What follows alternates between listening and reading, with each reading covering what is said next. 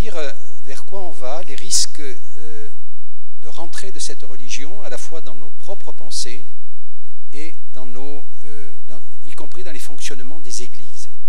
Et je vous donnerai au travers de ça quelques exemples. Donc je pars et je vais forcer la métaphore, c'est clair.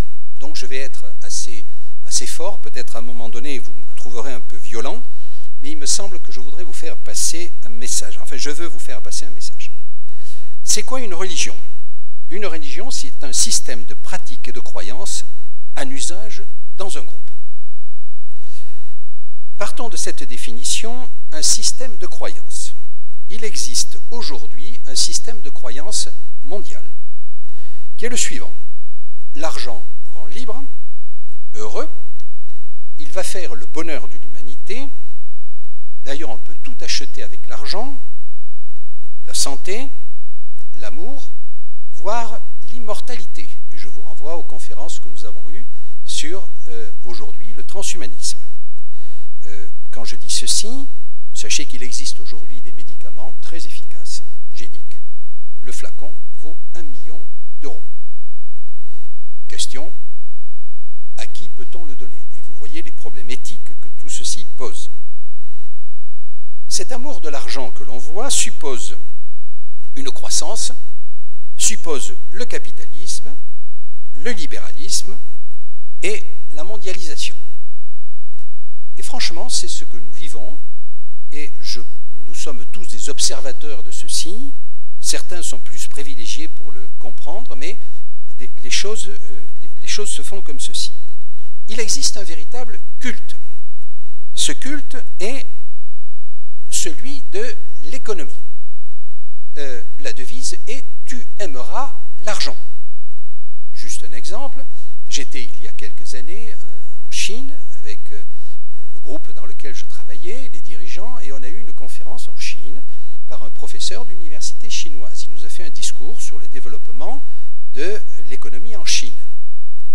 La question qui a été posée immédiatement à la fin de la conférence, c'est « nous pensions que nous étions dans un régime communiste et franchement, vous venez de nous décrire un capitalisme ». Et la réponse de ce professeur a été « vous avez raison et je crois que nous sommes plus capitalistes que vous ». Il y avait là des Français, enfin des Occidentaux, Américains et autres. Impressionnant. Et la devise de la Chine était « enrichissez-vous ». Donc ce culte de l'argent, et ce culte va se traduire par « tu sacrifieras tout à ce Dieu argent ». Et remarquez que ces gens qui vivent avec cet amour de l'argent, ils sacrifient à ceci leur famille, leurs enfants, leur honneur, leurs valeurs personnelles.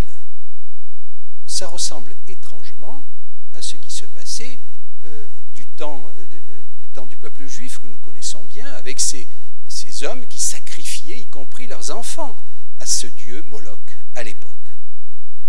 Et donc, en poussant la chose, on pourrait dire que nous sommes véritablement avec un culte, un système de croyances, des prêtres, et ceci au niveau mondial, qui sont les économistes, et il y a même des séminaires de formation universelle.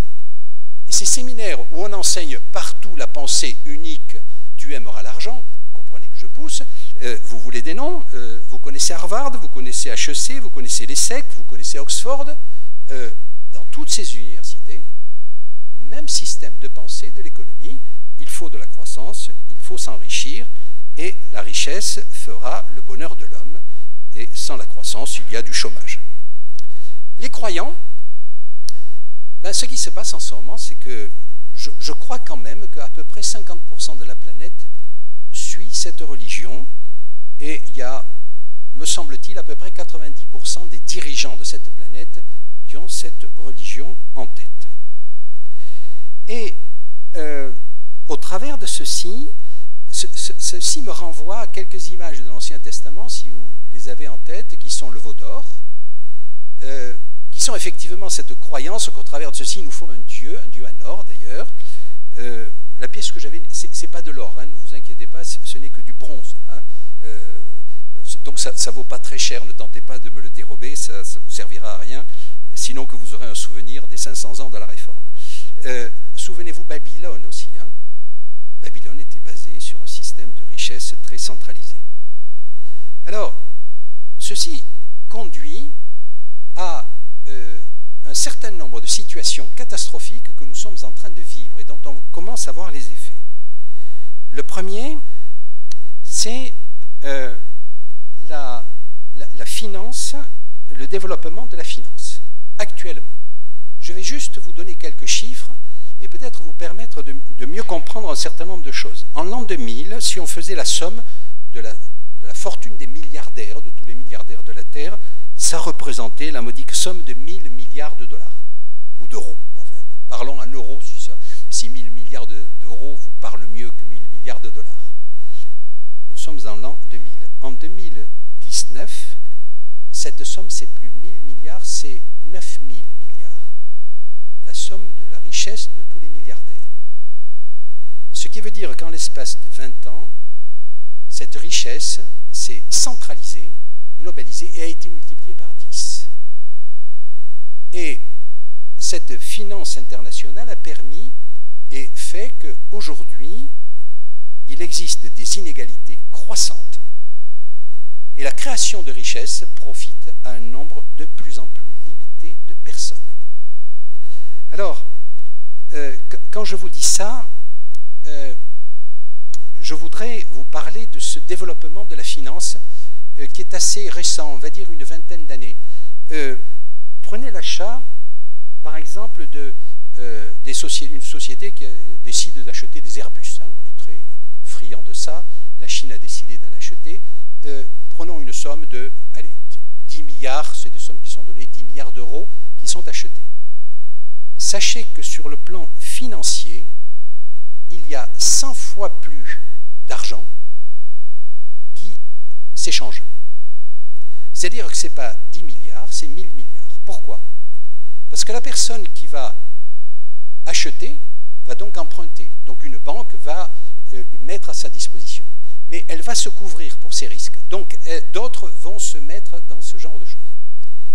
Et vous avez peut-être entendu parler de cette finance, de ces transactions qui se font à la nanoseconde ou la microseconde. Ça vous rappelle quelque chose? Autrefois, quand on faisait des achats, c'était à la bourse. Vous savez, les gens qui criaient « j'achète, je vends ». Aujourd'hui, c'est fini. Ce sont des ordinateurs. Il faut que vos ordinateurs soient très rapides. Et ça se joue à la microseconde. Et je vais vous indiquer pourquoi. Quand vous décidez d'acheter quelque chose et que vous commencez la transaction d'une banque à une autre, ceci va se faire par un ordinateur et des informations qui vont circuler à la vitesse de la lumière, certes. Mais si vous êtes plus proche du destinataire ici et que vous savez que l'action se fait, vous décidez d'acheter avant. Parce que si vous achetez, vous allez faire monter le cours de l'action. Mais si vous êtes un milliseconde avant, ou une nanoseconde avant, vous savez que ce truc va augmenter, et donc vous achetez. Mais une fois que vous avez acheté, vous revendez instantanément. Vous gagnez très peu, mais vous gagnez sur des millimicrosecondes. Et donc, des échanges qui vont multiplier par 100 ce truc-là. Et donc, ça s'appelle de l'anticipation financière. Les logiciels qui permettent ça, sachez-le, il y en a un, parce qu'il y en a plusieurs, il s'appelle Sniper. Vous savez ce que c'est un sniper? Hein, c'est quelqu'un qui va tirer de très loin, très vite, et à un moment donné sur une chose précise. Et là, eh bien, il va faire cet achat. Vous qui achetez, vous vous en rendez pas compte parce que le cours va augmenter de 1 millième ou 1 10 millième. Mais, globalement, ça vous... Mais ici, les gens vont pouvoir s'enrichir. Et ceci se développe énormément. Question, qu'est-ce qui va se passer plus tard? Et donc, au travers de ceci, qu'est-ce qui se passe? Cet amour de l'argent, je dirais, crée un risque financier important. Je pense que si vous écoutez les informations, j'écoutais récemment un banquier qui nous disait il y aura une crise financière, c'est clair, comme celle de 2008, mais beaucoup plus importante, environ, c'est 2019 ou 2020. La question n'est pas de savoir si elle aura lieu ou non, mais c'est quand elle aura lieu. Et manifestement, dans 1 ou 2 ans. Vous allez dire, je suis prophète, mais après tout, je ne vous dis pas dans quoi investir, hein, si vous avez de l'argent. Ceci conduit à un rejet et un mépris des étrangers, à une fermeture des frontières. Et l'amour du prochain disparaît complètement parce qu'on vise quoi? La possession. Possession, mammon, hein, en hébreu. On vise la consommation, ce qui produit de la jalousie, et entre nous, que se passe-t-il en ce moment en France politiquement? Est-ce que les gilets jaunes ne sont pas un début de contestation de cet enrichissement extrême d'une partie de la population vis-à-vis d'autres? 1789 a commencé suite à un écart considérable de richesse entre une petite population privilégiée et le reste qui mourrait de faim. Par rapport à ceci, Dieu propose une réponse. Il y avait ce risque lorsque Israël est arrivé, ce risque d'un enrichissement des plus riches. Parce que c'est ce qu'on vit finalement, et encore aujourd'hui, c'est ce qui se passe. Les plus riches, au niveau mondial, hein, s'enrichissent beaucoup plus vite et captent grosso modo 90%, on l'a mesuré au niveau de la richesse américaine dans les 10 dernières années, 90% de la richesse créée a été captée par 1% de la population. Ça ne peut pas durer éternellement. Et ça ne durera pas éternellement.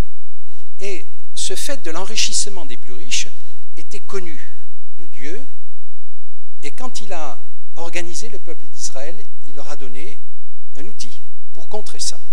Vous vous souvenez? Alors cet outil, on va le lire au travers d'un texte que Jésus va prononcer, qui est dans Luc au chapitre 4 et le verset 18. Où sont mes lecteurs ou mes lectrices? Tu viens.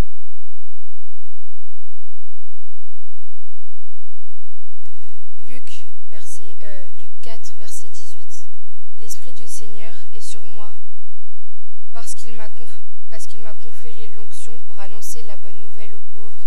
Il m'a envoyé pour proclamer aux captifs la délivrance et aux aveugles le retour de la vue, pour renvoyer libres les opprimés et proclamer une année d'accueil de la part du Seigneur. Merci. Un premier texte.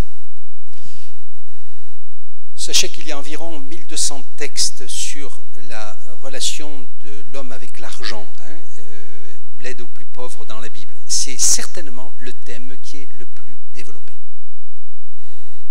Ce texte, vous vous souvenez, Jésus est dans une synagogue, invité dans une synagogue, il ouvre le livre d'Ésaïe et il lit ce que vous venez d'entendre.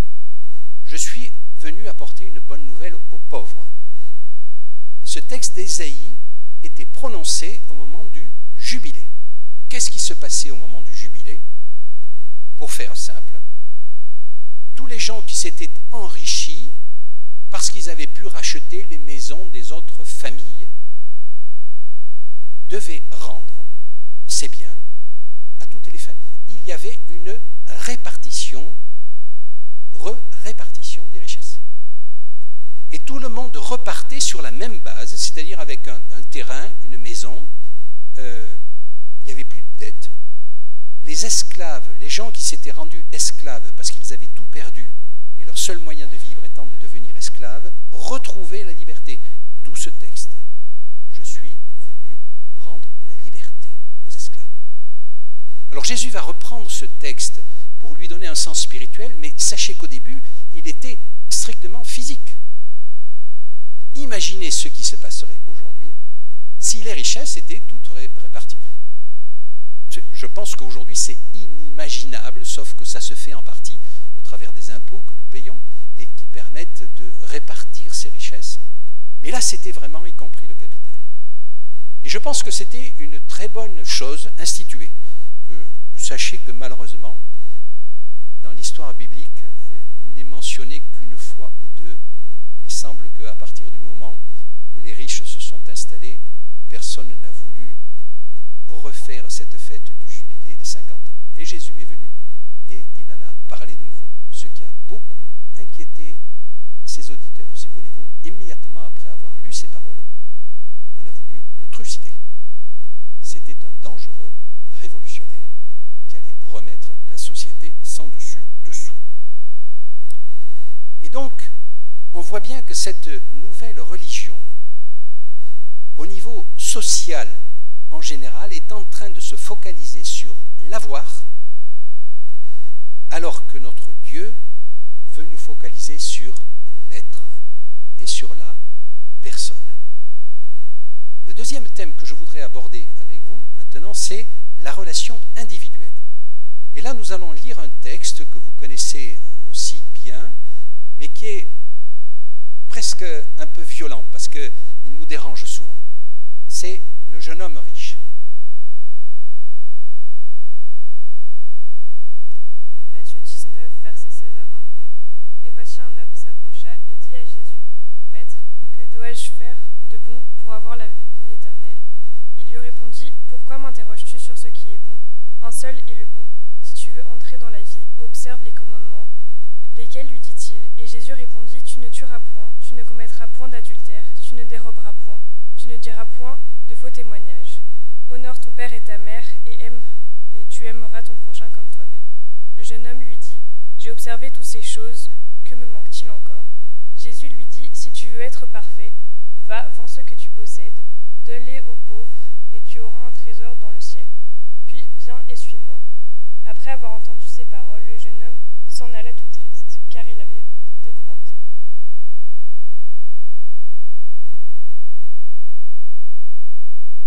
Quand on écoute ça, c'est troublant. C'est troublant pour nous, croyants. Voilà un jeune homme parfaitement bien. J'aurais envie de dire, c'est un bon chrétien, c'est un bon adventiste. Il observe la loi. Hein. Il observe la loi. Dans un autre texte, il est dit que Jésus l'aima, ce jeune homme. Jeune homme riche et influent. Certains textes disent que c'était un chef. Et il vient à Jésus. Et il vient à Jésus avec une question, parce qu'il se rend compte que finalement, l'observation des commandements ne donne pas un sens à sa vie. Et il dit, qu'est-ce qu'il faut que je fasse pour être sauvé? Manifestement, l'observation ne lui permet pas de sauver, mais il est, semble-t-il, sur une bonne voie. Et Jésus va lui donner un conseil redoutable, j'allais dire impossible, impensable. Tu vas vendre tout ce que tu as et viens et suis-moi. Et on se pose la question, mais est-ce que je devrais faire ça? Jésus lui dit, donne-le aux pauvres, et il ne lui dit pas, et on verra ça après, donne-le à mon équipe, hein, ou à mon trésorier. Hein. Donne-le aux pauvres et viens et suis-moi. Et manifestement, Jésus a vu le problème de ce jeune homme. Ce jeune homme, sans le savoir, était en train d'hésiter entre Dieu et Mammon. Et je pense qu'il passait toute sa vie, ou tout son temps, à être le chef et à être riche, peut-être à s'enrichir. Il avait quand même une place pour Dieu, certes, mais Jésus est en train de lui dire, attention, tes richesses ne sont qu'un moyen. Mais manifestement, ce moyen pour toi est tellement fort que ça te prend toute ta vie. Alors le mieux, c'est que tu t'en sépares totalement et que tu me suives. Le jeune homme ne va pas le faire. La Bible ne dit pas ce qu'il advient de lui.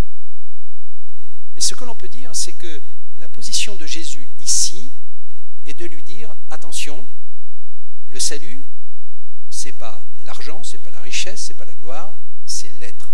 Viens et suis-moi. Suis un homme. Change ton système de valeurs et adresse-toi à l'être plutôt qu'à l'avoir. Parce que j'aurais presque envie de vous dire, je le dis, je pense que je me répète un peu, mais Dieu n'a pas besoin de notre argent. On est bien d'accord. C'est un trésorier qui vous parle. Hein. Dieu n'a pas besoin de notre argent. Il a besoin de vous. Il a besoin de moi.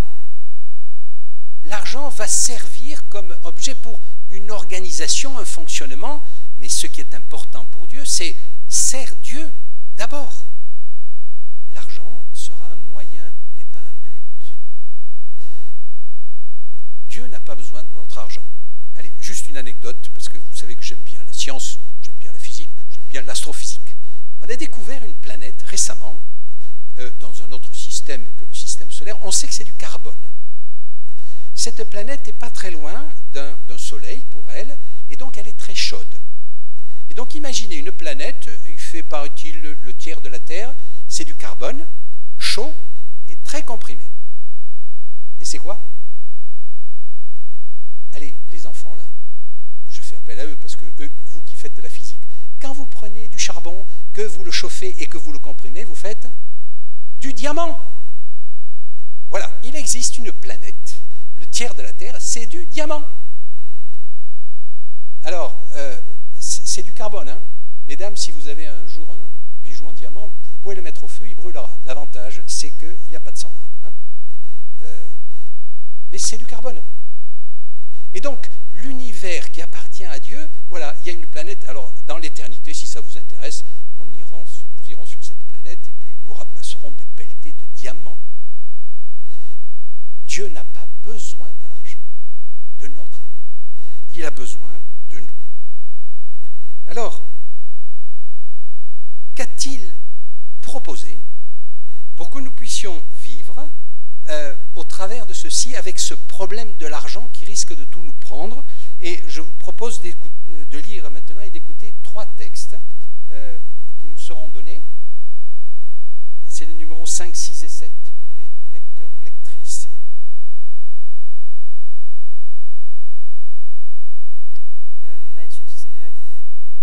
Matthieu 6, verset 21. Car là où est ton trésor, là aussi sera ton cœur.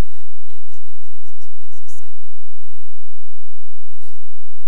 Oui. Oui. Celui qui aime l'argent n'est pas rassasié par l'argent. Et 11, verset 1. Jette ton pain dans l'eau, car avec le temps tu le retrouveras. Vous connaissez ces textes? Il y en a un qui m'a impressionné. Celui qui aime l'argent n'est pas rassasié par l'argent. Impressionnant, non? C'est ce qu'on vit. Vous avez des gens qui aujourd'hui sont excessivement riches. Jeff Bezos, il est à combien? Il est à 150 milliards. Bon, il est en train de divorcer, donc ça va être un peu baissé. Le pauvre, il va être obligé de laisser une 60aine de milliards à sa femme. Bon, mais il lui en reste assez. Mais pourquoi s'enrichir quand vous avez autant d'argent? Il n'a qu'une bouche, dit-on. Voilà.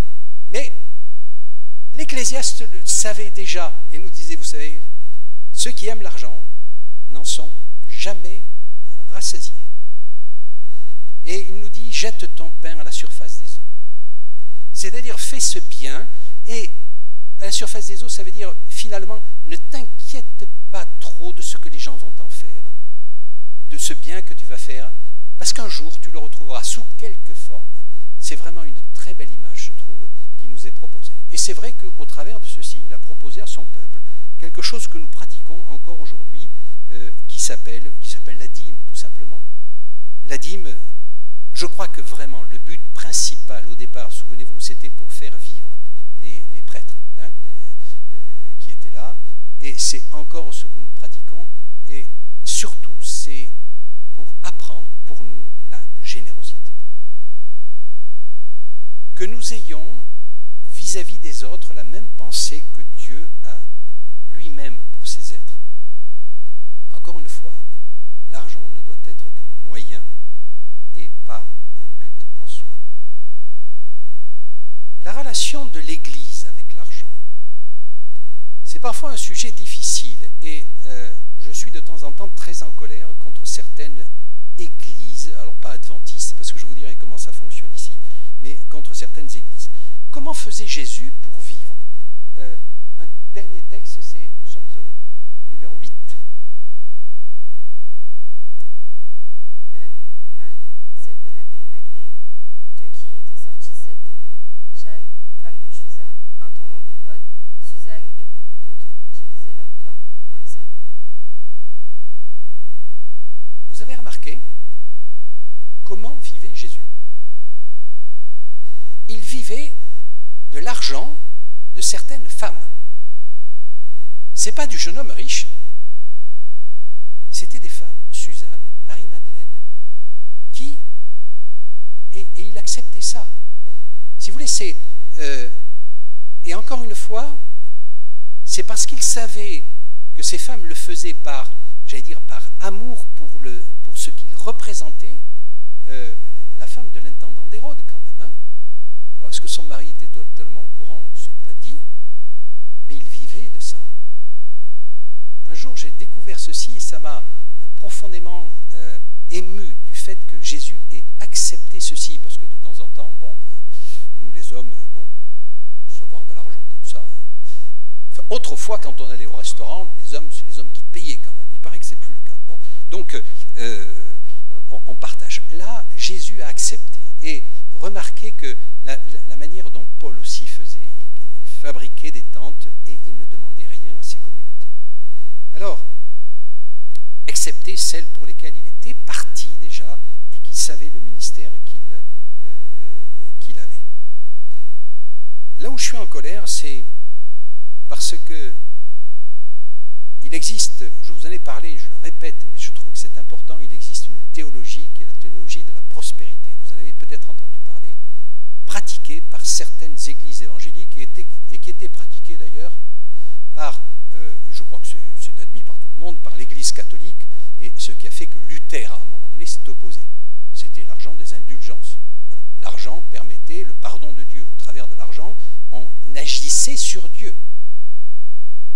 C'est vraiment le Dieu Mammon à cette époque-là. Et donc ces églises disent la chose suivante, contre laquelle je me révolte, c'est donner de l'argent à l'Église, et Dieu ne peut pas faire autrement que vous le rendre au centuple. Théologie de la prospérité. Donc, si vous êtes un bon croyant, vous verserez dîmes et offrandes, mais en plus de ça, vous deviendrez riche, parce que Dieu ne peut pas faire autrement que de vous rendre riche.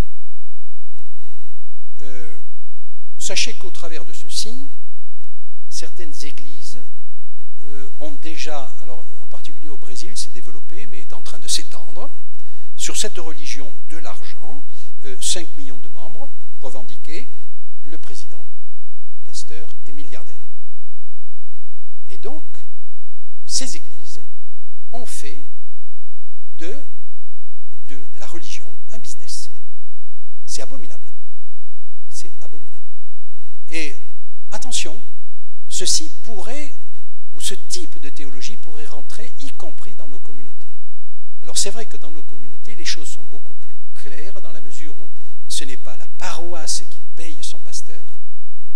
Les membres de la paroisse font remonter ces dîmes qui sont gérées au niveau national, et les gens qui gèrent sont des gens qui sont élus et qui sont régulièrement remplacés. Ce qui n'est pas le cas de ces églises où le président fondateur est là à vie et s'enrichit au détriment de ses membres. Nous sommes clairement dans des sectes. Le dernier point que je voulais vous partager avec vous, c'est cette histoire que nous avons vue, vécue. Vous savez, la femme qui verse le parfum sur les pieds de Jésus. Et là encore, dont la valeur était importante, vous vous souvenez, 200 deniers, hein, c'était l'équivalent de 15 000 €, quelque chose comme ça quand même, c'est pas rien. Voilà, un parfum, 15 000 € mis sur les pieds de Jésus, voilà, ça sent, c'est un art de grand prix. Et puis les gens qui entourent Jésus, qui s'insurgent en disant on aurait pu faire beaucoup de choses. On aurait pu faire beaucoup de choses avec 15 000 €, oui.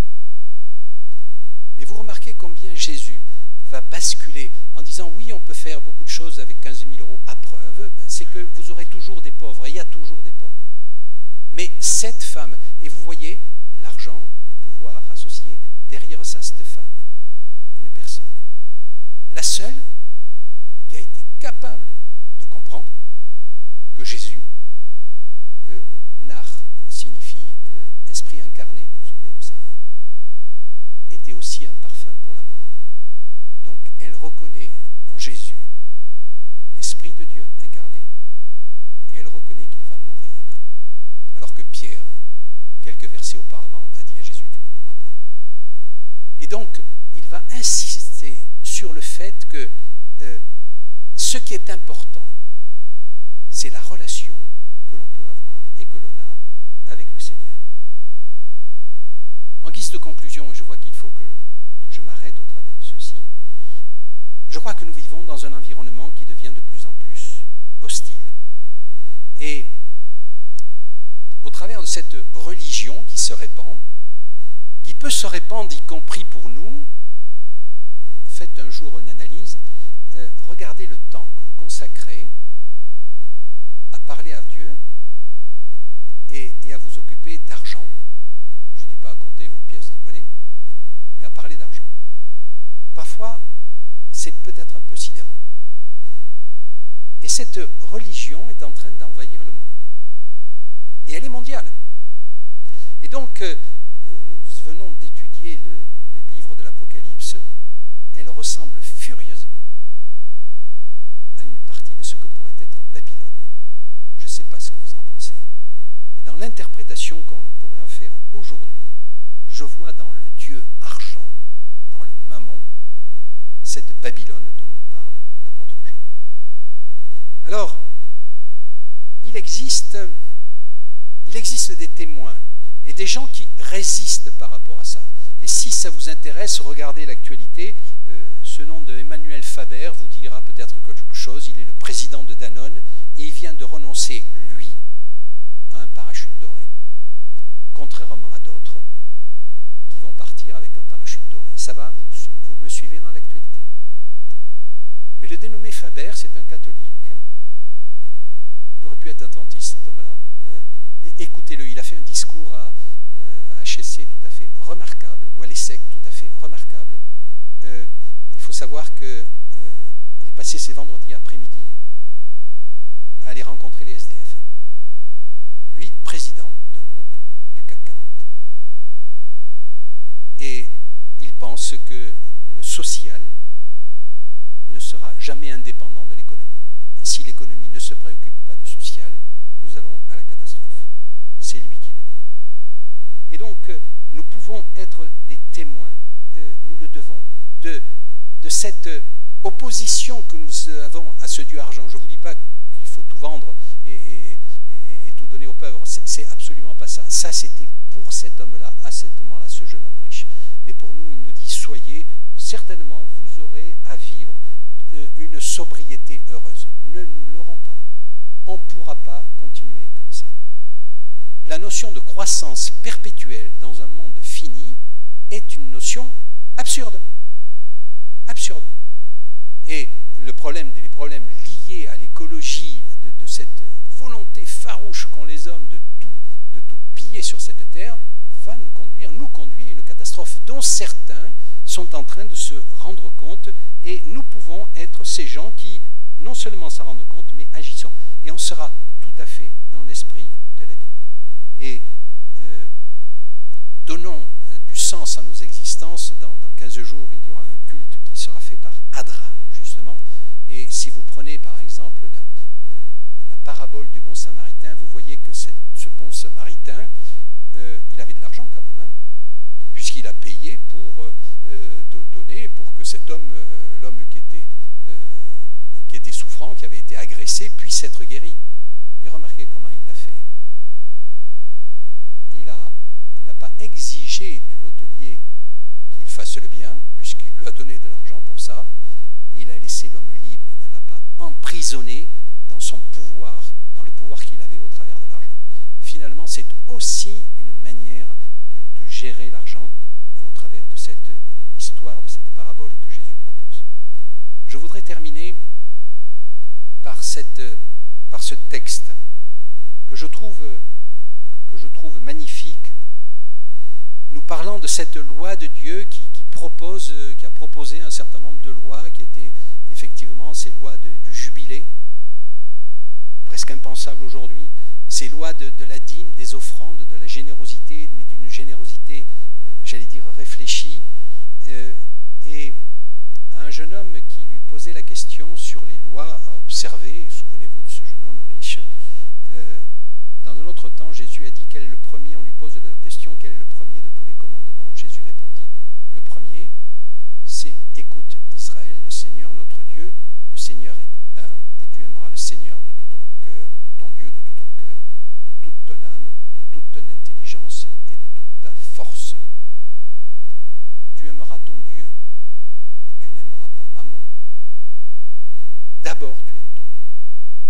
ensuite, le second, c'est tu aimeras ton prochain comme toi-même. Tu aimeras ton prochain comme toi-même. Il n'y a pas de plus grand commandement que cela. Que notre Seigneur mette cette loi dans notre cœur et non pas le mépris de l'autre, le mépris de l'étranger, le mépris du pauvre, que nous voyons malheureusement trop se développer en ce moment et qui risque de nous conduire à la guerre.